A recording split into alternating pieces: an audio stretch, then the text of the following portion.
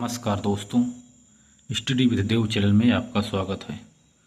तो दोस्तों, पिछली वीडियो में हमने उपनिवेश के बारे में चर्चा किया था। आज हम आपको कृषि का वाणिज्यीकरण देखेंगे।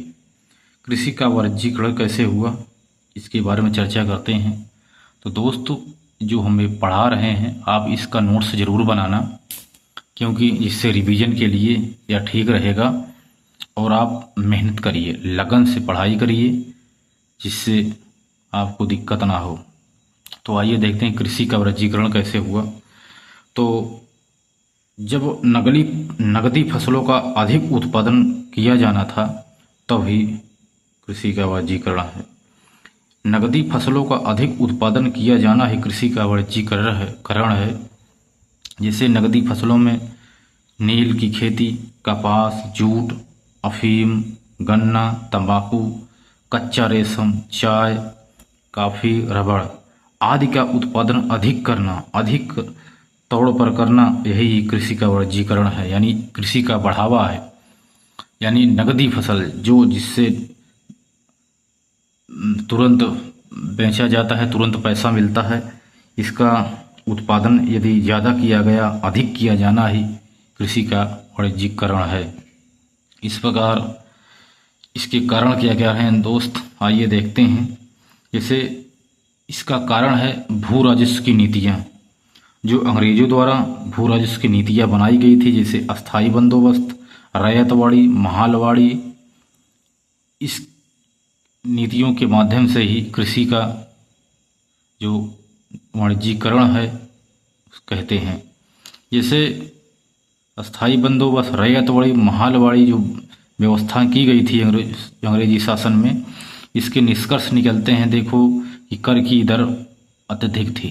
जब कर की दरें बहुत अधिक थी, कर के वसूलने में सख्ती बरती थी।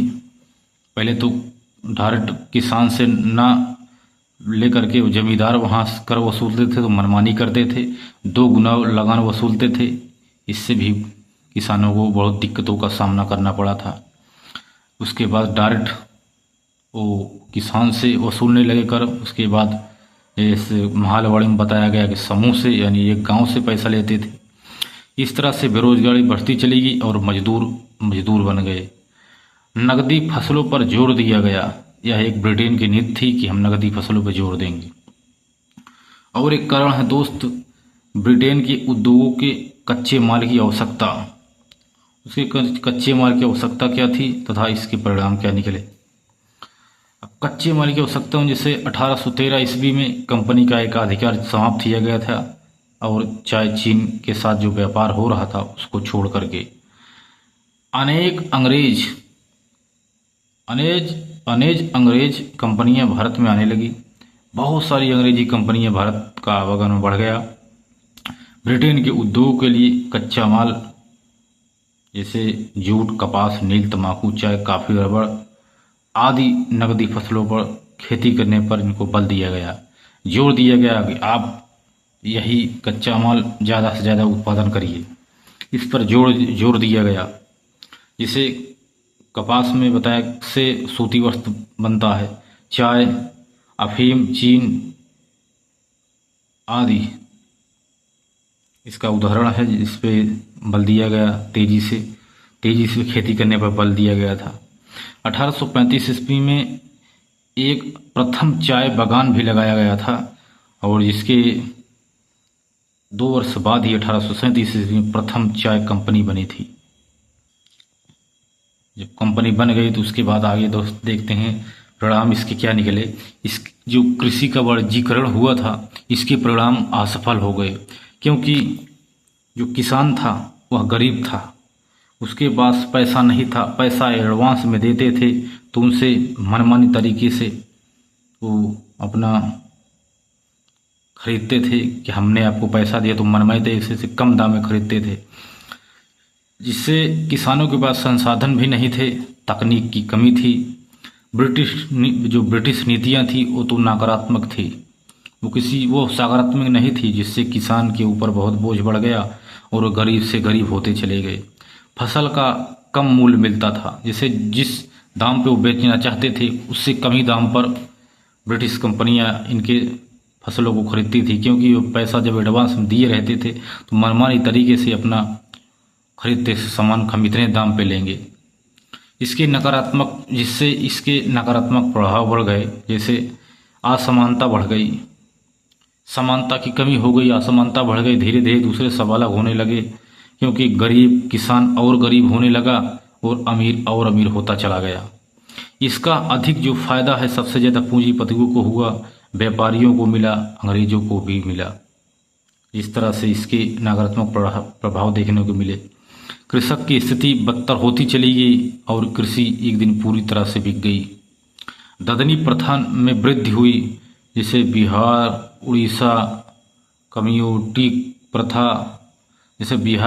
में कम्युनिटी प्रथा, तमिलनाडु पन्नियाल प्रथा और गुजरात में हाली समूह आदि ये कृषि से संबंधित समूह है, दास हैं, इसमें वृद्धि हो गई।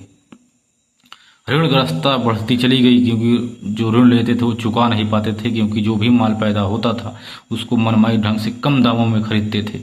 इससे ऋणग्रस्तता बढ़ती चली गई और इससे गरीबी बढ़ी, बेरोजगारी बढ़ी।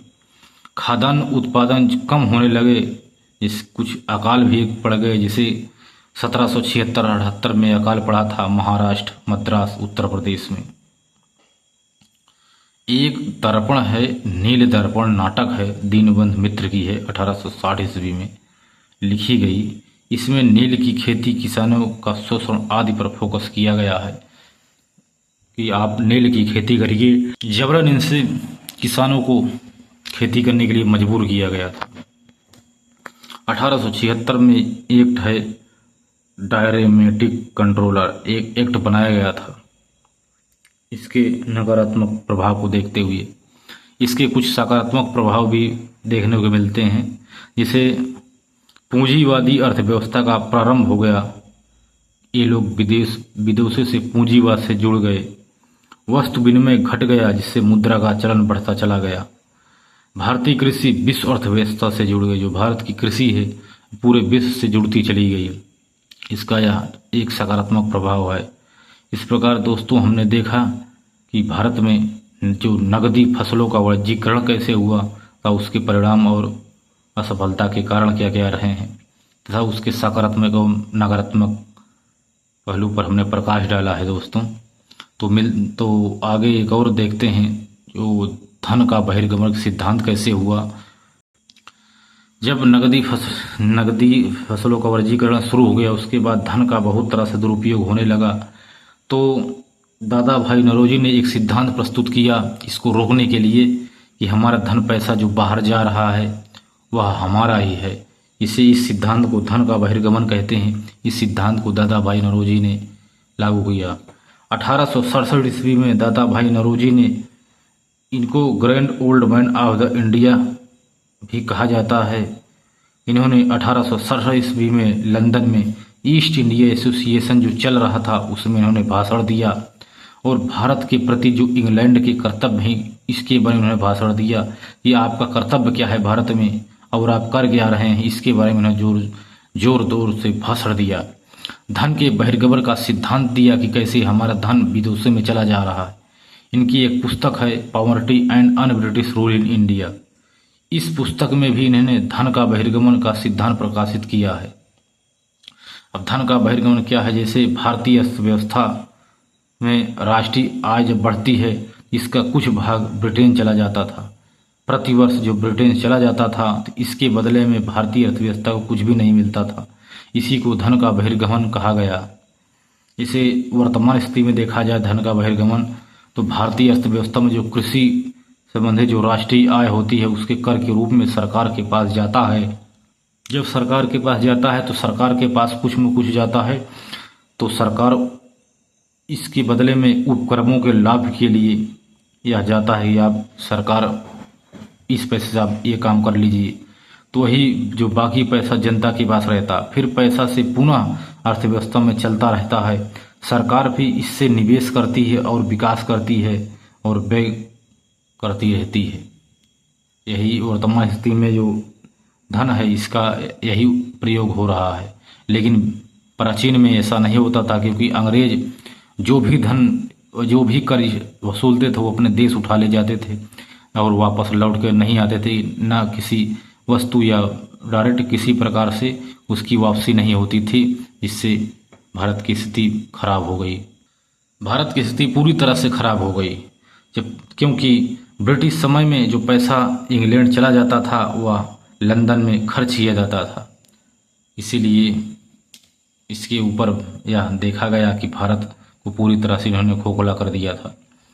इससे धन के बहिर्गमन का कुछ संसाधन है, जैसे गृह चार्ज, होम चार्ज 1857 से पहले 10 या 13% था।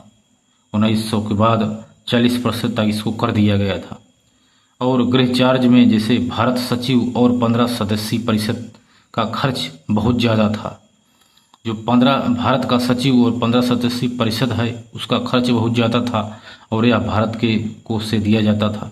कंपनी के शेयर धारक को लाभांश दिया जाता था, यही या इससे भी यह धन का बहिर्गमन हुआ, क्योंकि जो कंपनी का शेयर धारक को लाभांश यहीं से दिया जाता था।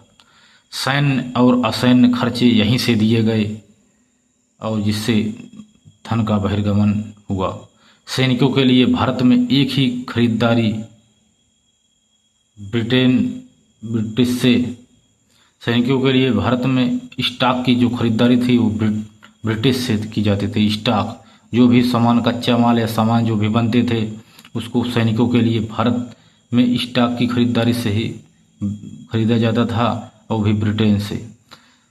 ब्रिटिश कर्मचारी के वेतन, भत्ते, पेंशन ब्रिटेन ही चला गया, क्योंकि जो ब्रिटिश कर्मचारी हैं उसको जो वेतन भत्ते सब दिया जाता था, पेंशन भारत की तरफ से, वह ब्रिटेन चला गया। सार्वजनिक ऋण का भुगतान बढ़ता चला गया, जिससे धन का बहिर्गमन बहुत तेजी से हुआ। तो धन का बहिर्गमन बहुत तेजी से हुआ। जो भी कर्मचारी पेंशन, वेतन जो भी पाते थे वो सब अपने देश भेज देते थे और वापस नहीं आता था। इसके बाद जैसे विदेशी निवेश का लाभांश क्या था, जैसे रेलवे, सिंचाई, बैंक, बीमा, रेलवे जहाजरानी आदि का लाभ विदेश में ही चला जाता था। अंग्रेजों को निजी व्यापार से भी लाभ होता था। जो व्यापार करते थे उसका पैसा पूरा सब अपने देश लेके चले जाते थे। प्रारंभ में खजानों के लूट किए, जितने भी गए सबको लूट लिए और अनेक प्राचीन एवं ऐतिहासिक बहुमूल्य वस्तुएं, सोना, चांदी, हीरा जैसे कोहिनूर आदि को अपने देश उठा ले गए, जिससे धन का बहुत तेजी से बहिर्गमन हुआ। आगे चलकर जैसे ऋण का कुचक कैसे था देखते हैं, तो इसके परिणाम क्या निकले देखते हैं। परिणाम पर पहले पूंजी का संचय नहीं हो पाया, क्योंकि जितने भी पूंजी कमाते थे वो अपने देश भेज देते थे, इसलिए संचय पूंजी का हो ही नहीं पाया। भारत में गरीबी आती चली गई, बेरोजगारी बढ़ गई, अकाल पड़ते चले गए और भुखमरी बढ़ी, अपराध बढ़े, कृषि का ह्रास होता गया, व्यक्ति गरीब होते चले गए, इससे ऋण बहुत बढ़ गए थे। इसके ये बहुत बुरा प्रभाव है दोस्तों। ऋण का कुचक्र कैसे था, जैसे भारतीय अर्थव्यवस्था में जो राष्ट्रीय आय होती थी इसे दो भागों में बांटते थे, जैसे सरकार और जनता के पास। जो सरकार था इंग्लैंड में, इन्होंने जितने भी सरकार जो पैसा पाते थे वो इंग्लैंड में खर्च करती थी, जिससे ऋण बढ़ता चला गया। अपने निवेश में भारत का पैसा खर्च करते थे, जो भी निवेश करते थे वो भारत का ही पैसा खर्च करते। जो अपना लाभांश कमाते थे वो अपना तुरंत विदेश भेज देते थे इंग्लैंड। अपने निवेश में भारत का पैसा खर्च करते थे, फिर जो मिलता था इंग्लैंड फिर उससे भेज देते थे। ऐसा चलता रहा, जिससे अपना देश खोखला होता चला गया, बहुत ऋण बढ़ गया। इसी को देखते हुए दादा भाई नौरोजी ने एक सिद्धांत प्रस्तुत किया था, धन का बहिर्गमन का सिद्धांत, जिस पर इंग्लैंड ने बहुत अच्छा भाषण दिया था वहां जाकर के। दादा भाई नौरोजी भारतीय राजनीति के पितामह भी कहे जाते हैं। इनकी पुस्तकें हैं poverty and British rule in India, और एक बुक है the want and means of India, और बुक है on the commerce of India. इन्होंने 3 बार भारतीय राष्ट्रीय कांग्रेस अधिनियम की अध्यक्षता की थी और इन्होंने स्थापना में भी सहयोग दिया था। जो भारतीय राष्ट्रीय कांग्रेस की स्थापना हो रही थी उसमें भी इन्होंने सहयोग दिया था। 1892 ईस्वी में हाउस ऑफ कॉमन्स के सदस्य निर्वाचित होते हैं। हाउस ऑफ कॉमन्स जो इंग्लैंड की है एक संसद, इंग्लैंड की है एक सभा, जिसमें तो वहाँ हाउस ऑफ कॉमन्स में निर्वाचित होने वाले प्रथम भारतीय थे, प्रथम भारतीय तथा प्रथम एशियाई भी थे। दादा भाई नौरोजी ने जो बहिर्गमन हो रहा था धन का, इसको अनिष्टों का अनिष्ट कहा। दादा भाई नौरोजी ने किया अनिष्टों का अनिष्ट है, बहिर्गमन है यानी धन का जाना, पुनः धन का जाना। इससे यह एक नकारात्मक प्रभाव है। बम्बई के एल्फिंस्टन कॉलेज में गणित के अध्यापक भी रहे हैं और 1868 ईस्वी में ही प्रति व्यक्ति आय 20 रुपया वार्षिक निकाली थी। 1903 ईस्वी में दादा भाई नौरोजी ने स्वशासन की मांग की थी। इसको आप नोट कर लीजिए नोट में कहीं। 1903 में स्वशासन की मांग दादा भाई नौरोजी ने की थी। अब 1800 प्रति व्यक्ति आय 20 रुपये जब वार्षिक निकाला था, यह सबसे पहली बार था जो प्रति व्यक्ति आय निकाला गया था। 1896 ईस्वी में कांग्रेस ने धन बहिर्गमन को मान्यता दिया था कि सही धन का बहिर्गमन हो रहा है, और इसके समर्थक गोपाल कृष्ण गोखले भी थे। धन के बहिर्गमन को जो मान्यता दिया गया तो R.C. दत्त जो सिविल सेवक थे, ये प्रथम भारतीय थे जो असिस्टेंट मजिस्ट्रेट से प्रोविजनल कमिश्नर पद पर चुने गए थे। इन्होंने धन के बहिर्गमन का समर्थन दिया था। एक पुस्तक है इनकी, economic history of India, R.C. Dutt की है। इन्होंने यह कहा कि यह भारत के प्रथम आर्थिक इतिहास की पुस्तक है। यह विदेशी लुटेरों से खतरनाक है। यह विदेशी लुटेरों से भी ज़्यादा खतरनाक है जो बहिर्गमन है, धन का बहिर्गमन करना। गोपाल कृष्ण गोखले ने इंपीरियल लेजिस्लेटिव काउंसिल में इस मुद्दे को उठाया था। गोपाल कृष्ण गोखले ने इंपीरियल लेजिस्लेटिव काउंसिल में इस मुद्दे को उठाया था और इस मुद्दे को कार्ल मार्क्स ने कहा यह एक ब्लीडिंग कार है। इस प्रकार देखा धन का बहिर्गमन दोस्त कैसे हुआ। धन का आना जाना लगा रहा। धन को आना तो नहीं हो लेकिन जाना पूरी तरह से लगा रहा। धन जो भी मिलता था लाभांश को बाहर भेज देते थे अपने देश। उसके बाद जो भी पैसा सरकारी भारत का जो पैसा होता था उसी से फिर भारत में निवेश करते थे। जो भी लाभांश दोबारा मिलता उसे फिर दोबारा भेज देते थे। यही धन का बहिर्गमन है जो सिद्धांत दादा भाई नौरोजी ने प्रस्तुत किया था। तो यदि दोस्तों क्लास आपको अच्छा लगता हो तो सब्सक्राइब जरूर करना और बेल आइकन को दबाना नहीं भूलना, जिससे हमारी आने वाली वीडियो का जो नोटिफिकेशन है या क्लास है आपके पास सबसे पहले पहुंचे। तो दोस्त मिलते हैं और बेहतरीन क्लास में, तब तक के लिए धन्यवाद।